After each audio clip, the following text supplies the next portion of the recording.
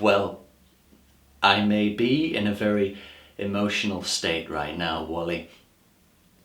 But since I've got back, I've just been finding the world we're living in more and more upsetting.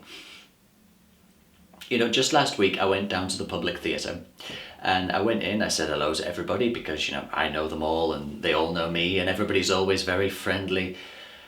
And about 7 or 8 people came up to me and told me how wonderful I looked.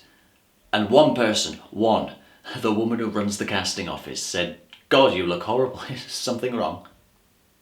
Now she, of course, we started talking and I started telling her things. She suddenly burst into tears because her aunt, who is 80, had gone into the hospital for a cataract which was solved, but the nurse was so sloppy that she'd forgotten to put the bed rails up on the bed, and so the aunt fell out of bed and is now a complete cripple.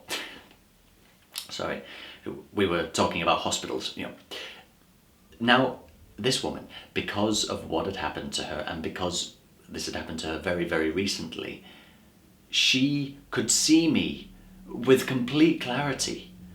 Whereas the others at the theatre, all they saw was the shirt and the tan, and now the shirt goes very well with the tan, and they say, "God, you look wonderful." Now these are people who are living in an insane dream world. They're not looking. And that's very strange to me. It's like what happened just before my mother died. We went into hospital to see my mother, and I went in and I saw this woman who looked as bad as any survivor of Auschwitz or Dachau, and I was out in the corridor just kind of consoling my father when the doctor, who is the specialist for the problem she has with her arm, went in and he came out just beaming. He said, "Boy, isn't it wonderful how she's coming along." All he saw was the arm. That's all he saw.